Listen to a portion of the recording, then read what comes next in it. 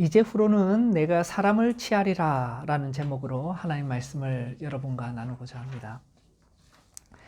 한 사람이 그의 창조자 되시는 하나님으로부터 사명을 깨닫게 되고 직접 부름을 받는 그 순간은 너무나도 소중하고 영광스러운 순간일 것입니다.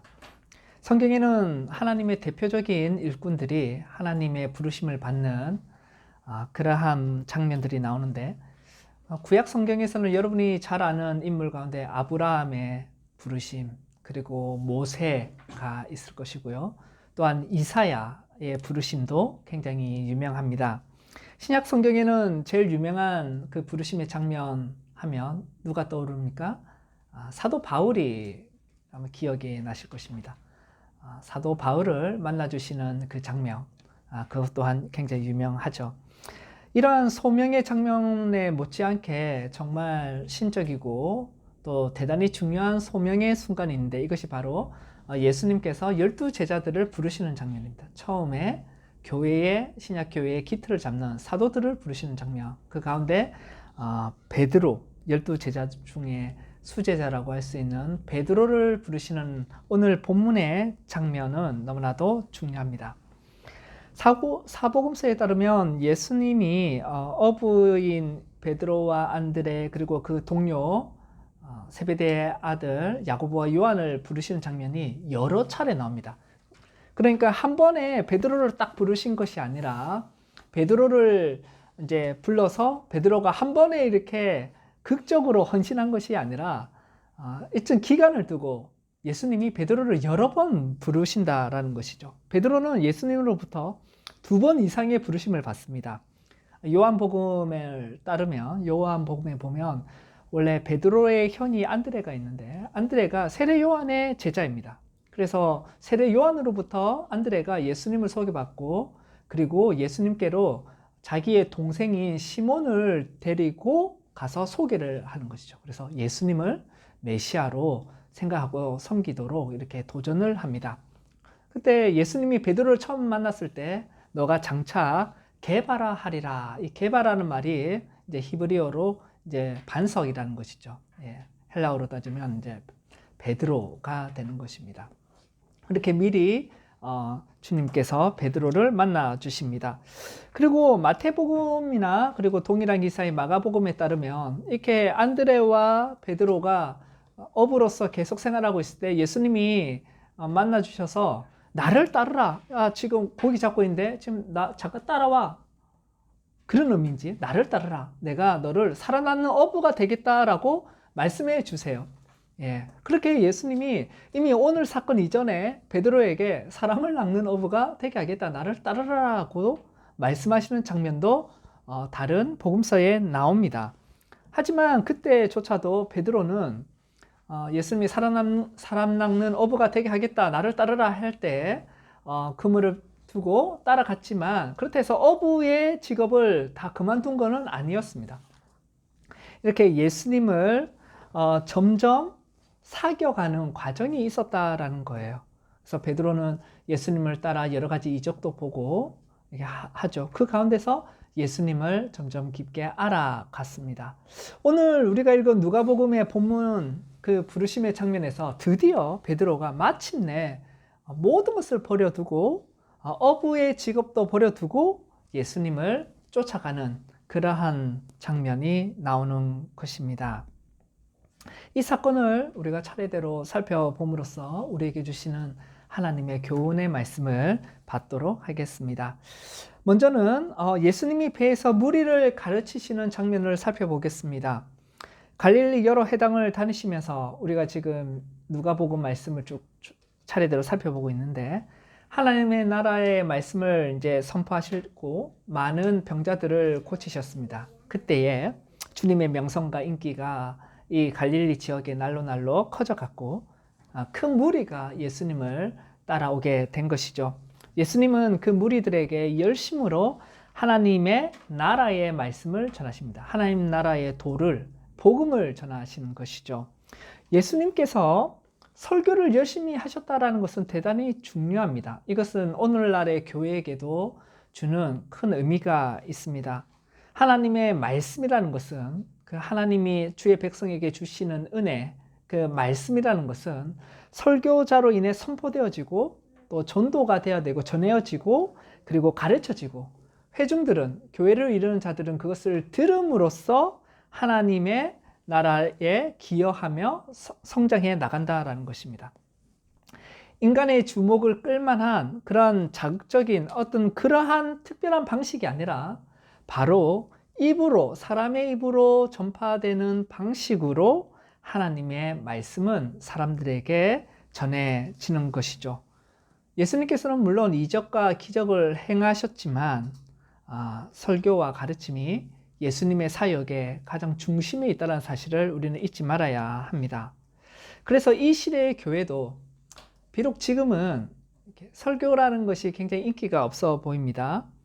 설교와 가르침이라는 것이 사람에게 큰 영향을 미치지 못하는 것처럼 보이고 능력이 없어 보인다 할지라도 이 시대의 교회는 설교와 주의 진리의 말씀을 가르치는 사역을 굳건하게 이어나가야 합니다. 왜냐하면 믿음이라는 것은 들음에서 나게 되는 것이 하나님이 세우신 법칙이다라는 것입니다. 그래서 이적을 통해 큰 은혜를 받는다 할지라도 모든 사람이 하나님께 헌신하는 것은 아니라는 거, 이렇게 예수님의 삶의 모습을 통해서 우리는 알게 됩니다. 오히려 이적을 보더라도 또 하나님을 버리고 대적하는 경우도 많이 있습니다.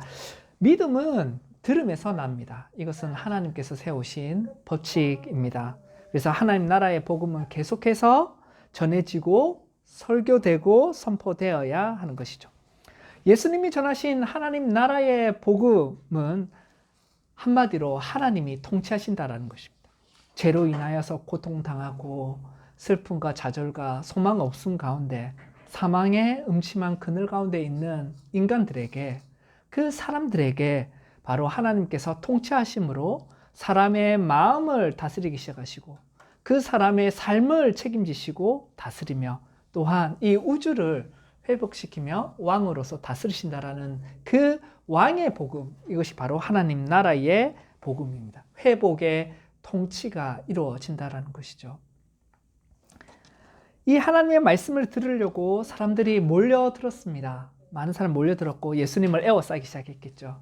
예수님이 점점 밀려서 이 갈릴리 호수 주변에 자칫 잘못하다가는 그 호수에 풍덩 빠질 위험에 처하게 되었습니다. 사람들이 몰려드는 것이죠. 그리고 가르치는 일이 어렵게 되자 예수님께서 그 호숫가 주변에 서 있는 두 배를 보게 됩니다. 그 두 배 가운데 한 배에 이제 오르시는 장면을 우리가 보게 되는 것이죠.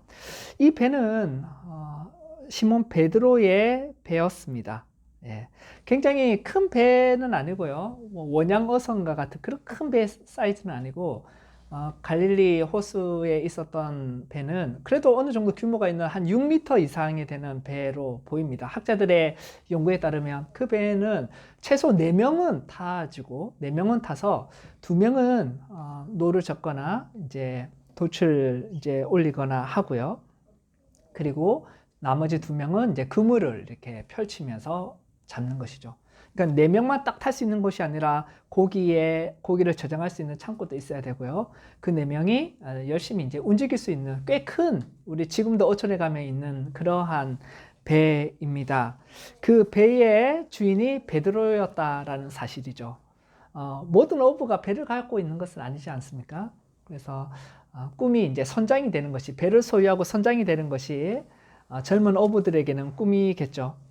이 예수님 당시에 가버나움은 굉장히 어업으로 번성한 곳입니다. 생각해 보십시오. 그 팔레스타인 지역에 돼지고기라는 것은 거의 금지시되고 못 먹게 되어 있습니다. 그렇죠? 돼지고기를 잘 못 먹어요. 그리고 양이나 그런 것 역시 제사를 지내거나 하나님께 성전 제사를 지내거나 특별한 종교적인 행사가 있을 때 먹을 기회가 있는 것이지 평소에 사람들이 먹을 수 있는 것은 아닐 것입니다. 그건 또한 굉장히 비싸고 그렇지 않겠습니까? 그래서 팔레스타인 지역에서 단백질을 가장 손쉽게 이제 이렇게 섭취하는 방법이 뭐냐면 생선을 통한 것입니다. 우리가 이제 참치캔을 먹듯이 생선을 통해서 단백질을 이렇게 먹는 것이죠. 그래서 그 당시에 그 어업을 한다라는 것은 굉장히 경제적으로 큰 이익을 얻을 수 있는 그런 관계, 그런 상황이 있습니다. 베드로는 어느 정도 굉장히 성공한 어부입니다. 배가 한 척 이상 있었던 것 같아요. 그 배가 이제 두 척이 있었는데 그 배 두 개가 다 베드로의 배일 수도 있습니다. 왜냐하면 그게 함께 동업하는 세베대의 아들 야고보와 요한이 이제 베드로와 함께 이제 동업을 했거든요. 그러면 배가 두 개면 베드로가 한 배를 타더라도 혼자서 고기를 잡수는 게 아니라 일꾼을 3명 이상을 고용해야 되는 것입니다. 그러니까 베드로 또 세베대의 두 아들 야고보와 요한, 이런 가정들은 굉장히 영향력이 있고 어느 정도 성공한 청년 어부라고 우리는 생각할 수가 있습니다. 지금 이 장면에도 베드로뿐만 아니라 일꾼들이 함께 있다는 사실을 기억해 두십시오. 아마 그 일꾼 가운데는 형일 수도 있고 형이 안드레도 함께 속해 있을 수도 있는데 오늘 누가복음에는 안드레는 그렇게 언급되고 있지는 않습니다. 자, 예수님은 베드로의 배에 오르셨습니다. 이 장면은 예수님이 베드로를 처음 만난 장면은 아니다라는 거 여러분 익히 알고 계실 것입니다. 요한복음을 통해서 예수님 베드로를 만나셨다는 것도 알게 되고 또 베드로는 예수님을 따라서 이 사건이 있기 전에 가나의 혼인잔치 그게 가서도 예수님의 이적을 보기도 하였습니다. 그리고 예수님은 베드로의 집에 신방을 해서 베드로의 장모가 열병으로, 그 열병이라는 것이 말라리아일 가능성이 크다라는 거 말씀드렸었습니다. 그 장모의 열병을 기적적으로 낫게 하십니다. 그런 은혜를 이제 받은 것이죠. 이 시점에서 베드로가 예수님의 제자라고 할 수도 있고 또 예수님의 제자라고 반드시 말할 수 있는 것도 아닙니다. 어느 정도 선생으로 생각하고 이렇게 지켜보는 그런 차원일 수도 있습니다. 왠지 어쨌든 굉장히 느슨한 관계, 예수님의 제자인 것 같기도 하고 아닌 것 같기도 한 그 느슨한 관계 가운데 있는 것이죠. 여전히 어부로서 생계를 유지하고 있었고 시간이 날 때마다 이제 고기잡이를 마치고 이제 시간이 날 때마다 예수님이 이제 어떤 사역을 하시면 함께 참석해서 보거나 하는 것이죠. 이 장면에도 예수님이 지금 갈릴리 호수에서 무리들을 말씀을 가르치고 있는데 베드로는 이제 그물을 씻고 있는 것입니다. 어업을 마치고 밤새 이제 어업을 하고 이제 아침에 돼서 그물을 씻으면서 정비하고 있었지 베드로가 예수님을 항상 따라다닌 것은 아니었습니다. 오늘 장면은 이제 그 베드로가 완전히 모든 것들을 버려두고 예수님을 따라가는 그 장면이 시작점이 되는 것이죠. 베드로의 배에 오르셨습니다. 예수님은 베드로에게 이 배를 육지에서 살짝 이렇게 조금 떼기를 청하셨죠. 부탁을 하신 것입니다. 너무 멀지도 않고 너무 가깝지도 않은 그러한 거리에 배를 살짝 띄웠습니다. 그리고 거기서 무리를 가르치셨습니다. 예수님이 이제 부탁을 하셨는데 이거는 사실 굉장히 피곤한 청입니다. 그렇죠? 밤새 일을 하였고 우리 뒤에서 알게 됐지만 또한 그 성과가 없었잖아요. 그러니까 더 힘들었겠죠. 그리고 이제 그물을 막 씻고 있습니다. 그런 상태에서 빨리 씻고 집에 가서 자고 싶은 거죠. 밖에서 열심히 일을 하고 집에 이제 들어왔습니다. 예, 학교에서 일을 마치고 집에 들어왔습니다. 옷도 다 벗고 이제 씻고 잘 준비하는데 갑자기 부인이 음식물 쓰레기 버리러 밖에 갔다 와라 하며 이제 조금 힘든 거죠. 다시 옷도 다 입어야 되고 내가 들어오기 전에 미리 말했으면 바로 버렸을 텐데 뭐 이렇게 생각할 수도 있는데 예수님이 지금 베드로가 그런 입장입니다. 근데 그래도 베드로도 양심이 있는 것이죠. 그 전에 무슨 일이 있었습니까? 베드로의 장모님을 어떻게 해요? 예수님이 이렇게 치료해 주셨잖아요. 그런 것들이 있으니까 차마 거절할 수는 없고 이제 배를 띄워서 좀 떨어져 있는 겁니다. 졸지에 베드로는 반강제적이라고 표현해야 됩니까? 어쩔 수 없이 예수님 옆에 앉아가지고 예수님 말씀을 들어야 했어요. 예, 뭐 잠이 쏟아질 수도 있었겠지만 어쨌든 뭐 어디 갈 수가 있는 게 아니라 예수님 옆에 앉아서 이제 예수님의 말씀을 듣게 되는 것이죠. 근데 지난 주일 설교처럼 예수님의 말씀에는 하나님의 권위가 있었습니다. 하나님의 권세가 있었습니다. 그 말씀을 어쩔 수 없이 그 말씀을 듣고 있었지만 베드로의 마음 가운데 하나님의 말씀이 역사했다라는 것을 우리는 짐작할 수가 있어요. 그 증거가 뭐냐? 바로 이어서 나오는 너무나도 황당한 명령, 예수님의 황당한 명령, 깊은 곳으로 가서 그물을 던져라 라는 그 말씀에 순종하는 것입니다. 두 번째 장면 보겠습니다. 예수님이 베드로에게 깊은 데로 가서 그물을 내려라 명령하십니다. 이것은 명령이죠. 명령은 두 가지 면에서 어려움이 있다는 거 우리가 짐작할 수 있습니다. 첫 번째는 지금 예수님이 아무리 뛰어난 율법 선생이라 할지라도 그분은 목수였고요. 베드로는 베테랑 어부입니다. 어부. 근데 어부의 입장에서 보면 자신의 전문적인 식견으로 볼 때 정말 황당한 말씀을 하고 있는 것이요. 깊은 데로 가서 그물을 던져라. 낮에 고기를 안 잡은 이유가 있을 거 아니에요. 밤에 고기를 잡는 이유가 있을 텐데 이 대낮에 깊은 곳으로 가서 그물을 던져라 라고 말씀하십니다. 이 명령을 따르기 힘든 이유는 또 그물을 던져야 되기 때문에요. 그럼 그물 혼자서 던지는 게 아니라 다시 일꾼들, 같이 정비하고 있는 일꾼들 다 태우고 아마 품삯도 더 줘야 될지 모르겠습니다. 하고 또 기껏 씻고 누운, 그러니까 이제 씻고 잠자리에 들어야 되는데 그 일꾼들과 그 그물을 다시 실어가지고 이제 깊은 곳으로 가야 돼요. 그러니까 베드로가 이렇게 말합니다. 선생님, 우리들이 밤새도록 수고하여서 잡은 것이 없지만은 말씀에 의지하여 내가 그물을 내리겠습니다. 이렇게 말하는 것이죠. 이것은 어느 정도의 최소한의 저항입니다. 밤이 새도록 수고하였고 잡은 것이 없어요. 그러니까 좀 피곤하고요. 지금 기분도 별로 안 좋고요. 그렇습니다. 하면서 하지만 하나님의 말씀, 예수님의 말씀에 의지하여 선생님의 말씀에 의지하여 그물을 내리겠습니다. 약간 생색을 내는 것이죠.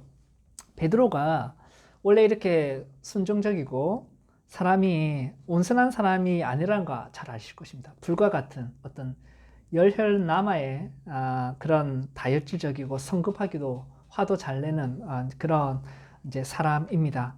주어진 일이 이해가 안 되면 뭐 이해가 안 되더라도 내 높은 사람이 시키니까 내가 잘 하겠다라는 스타일의 사람이 있지만 베드로는 그런 스타일이 아닐 거예요. 분명히 말이 안 되는데요, 못 하겠는데요, 이렇게 말하는 상남자의 스타일입니다.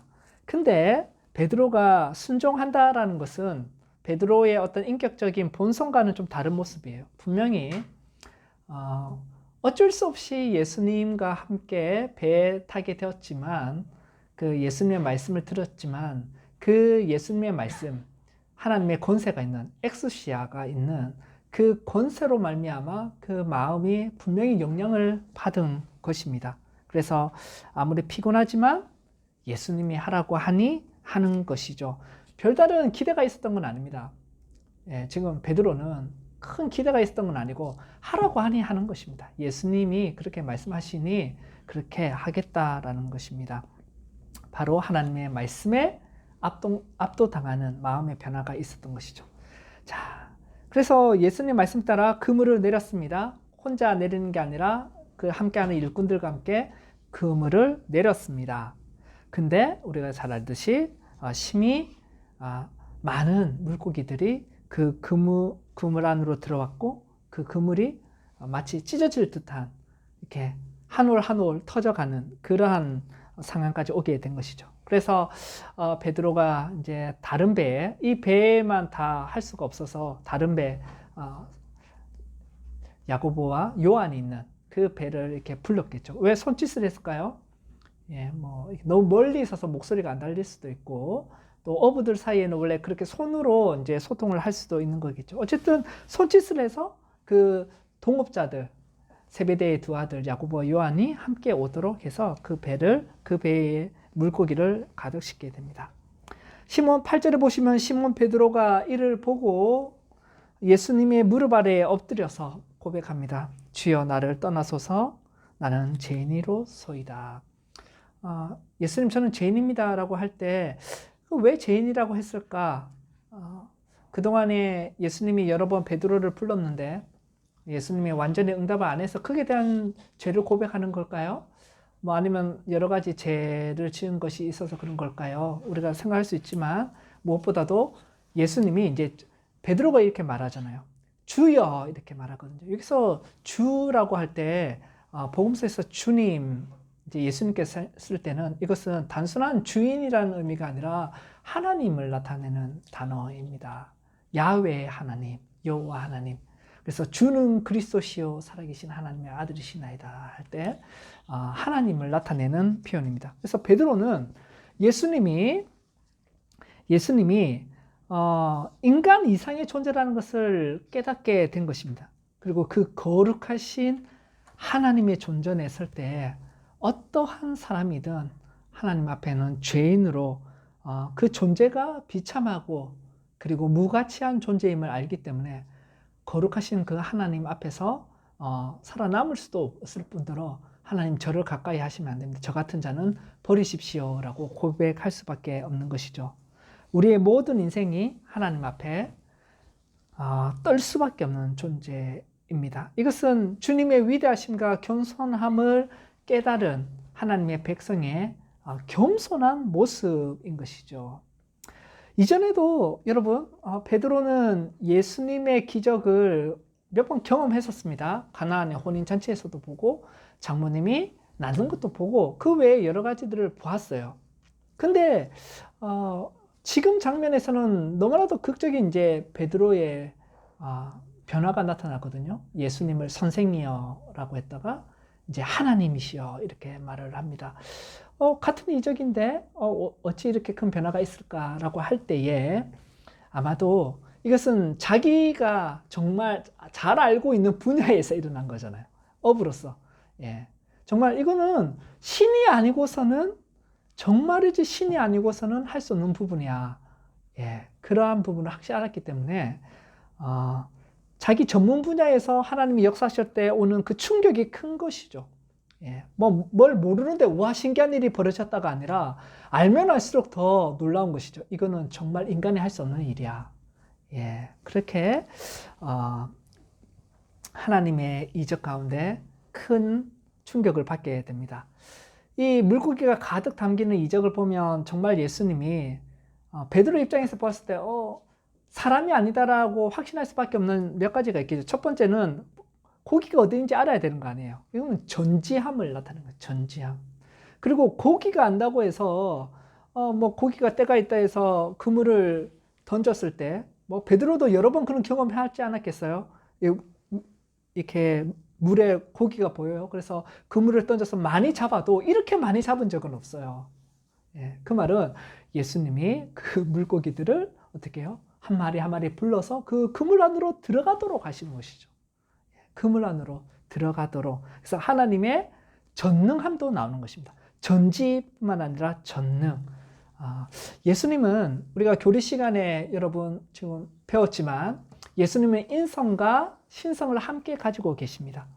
예. 근데 그것이 어떻게 신비롭게 한 인격 가운데에서 그렇게 존재하는지 그건 신비입니다. 맞죠? 예수님은 사람으로 계실 때 분명히 전지하심도 있고 전능하심도 나타납니다. 하지만 항상 그러신 건 아니고 또한 그것을 제한하시면서 또 사람으로 이렇게 사십니다. 그래서 인성이 신성으로 말미암아 오염되지 아니하고 또 신성 또한 인성으로 말미암아 오염되거나 변질되지 아니한 참 하나님과 참 사람으로 사셨는데 이것은 사람이 설명하기에는 한계가 분명히 있습니다. 그럼에도 오늘 본문을 통해서 베드로는 아는 것이죠. 분명히 사람인데 이분은 하나님이시구나.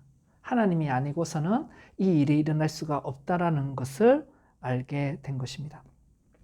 세 번째로 예수님이 베드로에게 이제후로는 네가 사람을 취하리라 말씀하신 장면을 살펴보겠습니다. 베드로는 앉아 계신 예수님 무릎 아래에 엎드렸습니다. 주여 나를 떠나소서 나는 죄인으로서이다 라고 하죠. 이것은 베드로의 굉장히 진실된 간구입니다. 근데 여러분 지금 베드로가 간절히 기도한 거잖아요. 저는 죄인입니다. 저를 떠나주소서. 근데 예수님이 그래 너의 간절한 기도에 응답해 줄게 하면서 떠나버리시면 어떻게 될까요? 근데 여기 보면 거절의 은혜가 나타나는 거예요. 거절의 은혜가 나타나요. 예. 여러분, 예수님은 그 베드로의 간구대로 그래 너가 간절히 원하니까 내가 줄게. 너의 믿음의 기도.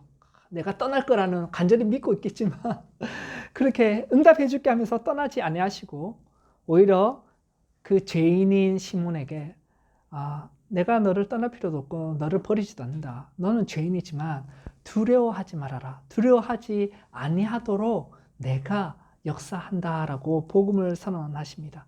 우리의 간구가 때로는 거절되는 것이 은혜라는 사실을 기억하십시오, 여러분. 우리는 실망할 수 있고 만약에 우리의 기도대로 다 응답된다면 우리의 삶은 사실은 우리 수준밖에 되지 않을 것이고 또한 우리가 기대했던 것보다 절대로 행복할 수 없을 것입니다. 신은 왜 내 뜻대로 응답해 주지 아니한가?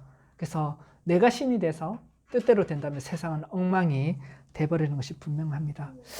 우리 얘가 구약 성경에 엘리야도 있잖아요. 엘리야가 낙심하여서 저는 우리의 선조보다 낫지 못합니다. 저의 목숨을 거둬가십시오. 그때 하나님이 그래 너의 기도를 간절한 기도를 내가 들어줄게 하지 아니하시고 오히려 이렇게 더 좋은 길로 인도해 주시는 것이죠. 그래서 여러분 거절의 은혜가 있다라는 것이고 그 거절은 바로 복음 안에서 내가 무엇을 간절히 구하던 하나님께서는 그 복음 안에서 가장 좋은 것으로 주신다는 것을 우리는 보게 됩니다. 베드로에게 주여 나를 떠나소서 나는 죄인입니다 라고 했던 그 베드로를 떠나지 아니하시고 함께 그 자리에서 메시아의 복음을 선언하시죠. 두려워하지 마라. 죄인들아 두려워하지 마라. 너희 죄인들아 너희가 창조함을 받고 하나님 나라의 하나님의 형상으로 지음을 받아서 이 세상을 다스려야 하다가 사탄의 꾀임에 빠져 그렇게 반역하고 바로 하나님을 대적하고 살다가 이제는 하나님 앞에서 거룩하신 하나님 앞에서 두려워 떨 수밖에 없는 영원히 버림을 받을 수밖에 없는 존재이지만 두려워하지 말아라. 내가 메시아로 너희 구원자로 왔다. 이제는 두려워할 필요가 없다. 너희들이 죄인이지만 내가 너의 죄를 위하여 십자가에서 하나님의 진노와 저주를 받을 것이고 너희를 구원하여서 하나님의 자녀가 되겠다라는 메시아의 복음을 선언하고 계시는 모습입니다. 그리고 나서 베드로에게 주님께서 이렇게 말씀하십니다. 이제 후로는 너가 사람을 취할 것이다. 이제 후로라는 것은 완전한 것입니다. 지금까지는 물론 그 전에 사람을 낚는 어부가 되게 하겠다. 나를 따르라 하셨지만 이렇게 주님께서 권하시고 할 때도 여전히 어부로 살았지만 이제 후로는 이제 사람을 취하는 이 일에 전적으로 쓰임을 받게 되는 것이죠.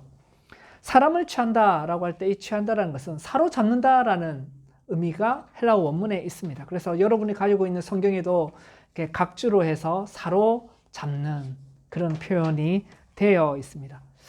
여러분 고기를 잡는 어부 생각해 보십시오. 고기를 잡는 어부는 고기를 왜 잡습니까? 잡아먹기 위해서, 그러니까 죽이기 위해서 잡는 거예요. 근데 사람을 낚는 어부는, 사람을 취하는 어부는 그 사람을 왜 잡냐면 생명을 주기 위한 것입니다. 그래서 그 예수님이 이제 이 이후로 네가 사람을 사로잡을 것이다 이렇게 말씀하세요. 그 생명과 연관되게 표현을 하시는 것입니다. 이 사역은 성공을 할까요? 베드로는 물고기 잡는 어부로서도 꽤 성공한 사람이었지만 주님께서 부르시는 사람을 취하는 그 어부, 복음의 그물로 사람을 생명을 건져내는 이 사역은 분명히 성공할 것입니다. 왜냐하면 바로 주님께서 부르시는 가운데 엄청난 물고기가 잡히는 것을 보여주신 것이죠. 주님께서는 물고기 한 마리 한 마리가 그물 안에 들어오도록 하신 것처럼 주님께서는 택한 백성, 사람을 택하시고 그 택한 자들은 영생을 주시기로 작정된 자는 다 믿어 복음의 그물 안으로 들어오도록 하시는 것입니다. 그래서 사도 베드로는 어쨌습니까?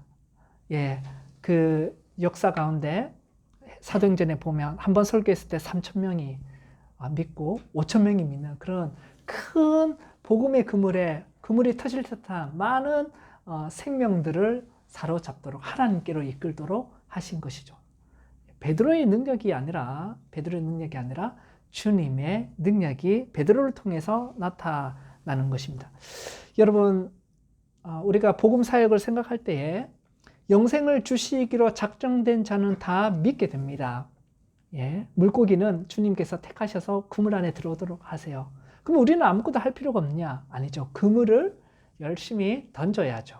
그물을 던집니다. 예, 주님께서 우리를 사용하시는 것입니다. 예수님도 많은 사람에게 구원을 주시기 위하여 예수님이 성부 하나님의 부름을 받아 이 땅에 오셨습니다. 성부 하나님께서 택하신 백성들 당연히 구원을 받겠죠. 하지만 예수님께서 열심히 그 복음의 그물을 만드셨잖아요. 십자가에 죽으시고 죽기까지 우리를 사랑하시는 것도. 아무것도 안 하셔도 어차피 하나님께서 택한 백성들 구원받을 것인데 우리가 그렇게 생각할 수가 없습니다. 예수님께서도 특별히 사순절 기간에 우리가 더 깊게 생각하고 있지 않습니까? 예수 그리스도의 십자가를 예수님께서도 죽기까지 고생하시고 수고를 하셨습니다. 아버지 하나님의 뜻을 이 죽음과 혼돈의 바다 이 세상 가운데서 생명을 취하기 위하여 사람을 건져내는 이 일을 위하여 예수님께서도 고통당하시고 순환당하시고 우리에게 구원을 주신 것처럼 예수님의 제자로 부름받은 우리도 이제 그 일에 나서는 것이죠. 베드로가 그리한 것입니다. 베드로에게 두려워하지 마라. 저는 죄인입니다. 저를 떠나십시오. 그때 베드로에게 구원의 은혜를 주신 것처럼 이제 베드로에게 너가 받은 이 은혜, 복음의 그물에 너가 걸려들어 이렇게 생명을 얻는 것처럼 너도 다른 사람들에게 죄로 말미암아 하나님 앞에 두려워 떨고 있는 자들을 그들에게 두려워할 필요가 없다라는 메시아 예수의 복음을 전하도록 하시는 일, 그 일에 사도 베드로를 부르시는 것입니다. 그래서 그것을 보고 어부의 직업을 버리고 고기와 배와 사업과 가정들을 다 두고 이제 그 길을 떠나는 것이죠. 물론 베드로만 떠난 것이 아닙니다. 함께 있던 안드레도 분명히 갔을 것이고요. 야고보와 요한도 이렇게 했습니다. 재미난 거 생각해 볼까요? 다 많이 거두어 잡은 물고기 어떻게 되었을까요? 다 버려두고 갔는데. 예. 아마도 그게 이제 세베대의 두 아들 야고보와 요한이 있지 않습니까? 그 세베대 아버지가 아마 그 물고기를 다 처리했을 것으로 보입니다. 물론 사람들에게 나눠주기도 하고, 근데 그걸 통해 또 세베대의 두 아들의 식구들, 또 베드로의 식구들에게 또 생활을 할 수 있도록 주고, 주님께서 왜 이렇게 큰 많은 물고기를 주셨을까라고 할 때 사역의 성공뿐만 아니라 봐라, 너가 하나님께 헌신하고 할 때 너 분명히 걱정이 있을 것이다. 주의 나라를 위하여 살아갈 때 분명히 걱정이 있을 것이지만 주 예수님은 주님을 따르는 자들에게 이렇게 풍성한 분이시고 전능하신 분이시고 그 일용할 양식을 책임져 주신다는 것 또한 분명히 보여주시는 것이죠. 여러분 결론 및 적용입니다. 베드로는 예수님 옆에서 어쩔 수 없이 말씀을 들었습니다. 그 말씀을 들으면서 하나님의 말씀을 들으면서 마음의 변화가 일어나 있게 된 거죠. 예수님을 사람이 아닌 그 이상의 하나님이심을 보게 됩니다. 주의 신자들은 역시 부지런하게 주님의 말씀을 들어야 됩니다. 믿음은 들음에서 나는 것이고 이 말씀은 전파되어야 합니다. 하나님 앞에서 죄를 고백했습니다. 그 죄를 고백하는 베드로에게 예수님께서는 하나님이신 예수님께서는 두려워하지 마라. 바로 예수 그리스도의 십자가의 은혜로 죄인도 구원받을 기회를 주셨음을 보여주신 것이죠. 예수님이 바로 죄를 해결하시는 분이다라는 것을 우리는 배웠습니다. 예수님은 베드로를 써서 내가 너를 사람을 취하게 하겠다라고 했습니다. 베드로에게 은혜가 사로잡힌 것처럼 베드로 역시 그 은혜를 자기의 삶 가운데 머물게 해서는 안 되고 바로 사람들에게 그 은혜를 전파하는 일로 우리의 삶을 쓰겠다라고 말씀하셨습니다. 이 부르심의 장면은 사도 베드로의 부르심입니다. 그러니까 모든 사람에게 동일하게 요구하는 것은 아니죠. 모든 사람에게 생계를 버리고 그렇게 하나님의 복음에 헌신하라고 하는 일반 법칙은 분명히 아닐 것입니다. 물론 목사로 부름을 받고 선교사로 부름받은 자들에게는 오직 주님께서 입히시고 먹이시고 할 것을 생각하며 바로 사람을 취하는 일에 헌신해야 되겠죠.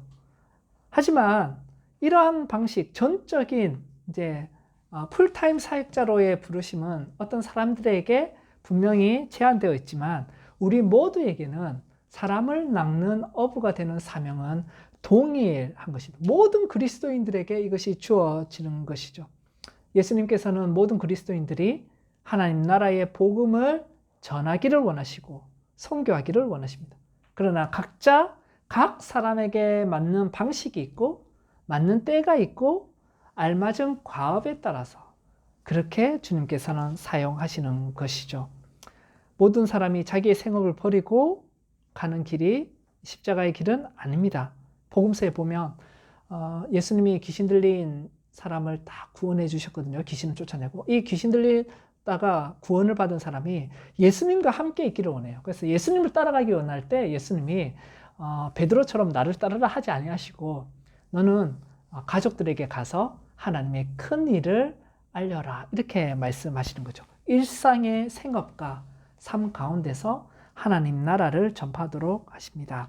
그래서 여러분 우리가 예수님의 제자가 된다면 우리의 삶이 드라마틱한 변화를 겪지 아니한다 할지라도 갑자기 다니던 직업을 그만두고 하거나 뭐 이런 일이 아니다 할지라도 우리의 속사람은 변했다라는 사실을 기억하십시오. 그리고 우리의 삶은 이제 예수를 믿기 전에 어떤 직업을 가지고 있다가 예수를 믿고 나서 동일한 직업 속에 있지만 우리의 삶은 완전히 다른 삶이 되는 것입니다. 하나님의 나라와 관련이 있는 삶으로 살아야 하는 것이죠. 그래서 여러분 사람을 낚는 어부가 되게 하겠다라고 했을 때 우리의 인생의 사명 가운데 내가 아닌 타자가 들어오는 것입니다. 내가 하나님 은혜 받고 내가 그냥 복 받고 이렇게 사는 것이 아니라 사람을 낳는 너가 아닌 다른 사람을 하나님 나라로 들어오게 하는 일에 쓰이도록 하겠다라는 것이죠. 그 다른 사람이 누구냐? 그러니까 신앙생활이라는 것은 내 개인이 그냥 내 인생에 좀 필요한 뭐 그런 차원이 아니라 내 삶은 분명히 다른 사람에게 영향을 미쳐야 됩니다. 혼돈과 소망이 없는 이 바다, 어둠의 바다 가운데서 그렇게 죽음의 바다 가운데 있는 사람을 복음의 그물로서 하나님께로 인도하는 그 일이 내 삶의 쓰임을 받아야 하는 것이죠. 내 주위에 그런 사람이 누가 있습니까? 1차적으로는 우리의 자녀가 있습니다. 1차적으로 내가 있고 나의 배우자가 있고 나의 가족이 있고 나의 자녀가 있는 것이죠. 그래서 어떤 사람은 사도 베드로처럼 3,000명, 5,000명 수많은 사람에게 복음을 전하기도 하지만 어떤 사람에게는 하나님께서 세워두신 그 장소에서 다시 하나님이 가까이 맡겨두신 영혼들이 분명히 있습니다. 하나님은 우리를 무인도에 두지 아니하셨다면 우리에게 맡겨주신 영혼들이 있다라는 것이죠. 고기잡이 터전이 있는 것입니다. 그 가운데서 영향을 미쳐야 되는 것이죠. 자녀들에게 하나님 앞에 설 수 있도록 죄인들은 아무도 하나님 앞에 설 수 없지만 예수 그리스도 안에서 하나님을 두려워하는 것이 아니라 공포심으로 두려워하는 것이 아니라 하나님을 아버지로 알 수 깨닫도록 인도하는 일, 그것이 우리에게 첫 번째 있는 것입니다. 뿐만 아니라 우리의 삶 가운데 직장에서 또 여러 삶 가운데서 나를 통해 그 하나님 예수 그리스도를 만나도록 해야 됩니다. 물론 이 일은 여러분 굉장히 기술이 있고 조심해야 하는 것입니다. 어부가 무대뽀로 무턱대고 그물을 던지지 않습니다. 우리가 복음을 전할 때는 강압적으로 해서도 안 되고요. 그리고 폭압적이거나 또 비이성적으로나 또 예의가 없이 해서는 안 됩니다. 특별히 이 시대 가운데는 시민 예절을 잘 지키는 가운데에 주님의 복음이 전파되도록 우리는 굉장히 고민해야 하는 것이죠. 그러기 위해서 하나님의 말씀을 가까이 하고 우선 내가 예수님을 쫓아야 됩니다. 그러니까 베드로가 어떻게 합니까? 베드로와 다른 제자들이 모든 것을 버려두고 예수를 쫓느니라. 먼저는 예수님을 가깝게 하고 예수님을 닮아가며 사람을 낚는 어부로서의 역량을 키워가야 하는 것이죠. 그리고 사람을 만나게 되면 내 삶 가운데서 예수 그리스도의 갇힐 수 없는 그 생명력이 이렇게 흘러나와 자연스럽게 하나님의 나라가 전파되는 것입니다. 선한 영향력을 주십시오. 이것이 오늘 여러분이 마음에 새겨야 될 것입니다. 하나님이 내가 인생을 살아갈 때에 지금까지 그냥 나만 생각을 했는데 그게 아니라 내 삶을 통해 내가 받은 이 은혜가 다른 사람에게도 펼쳐지기를 원하시는구나.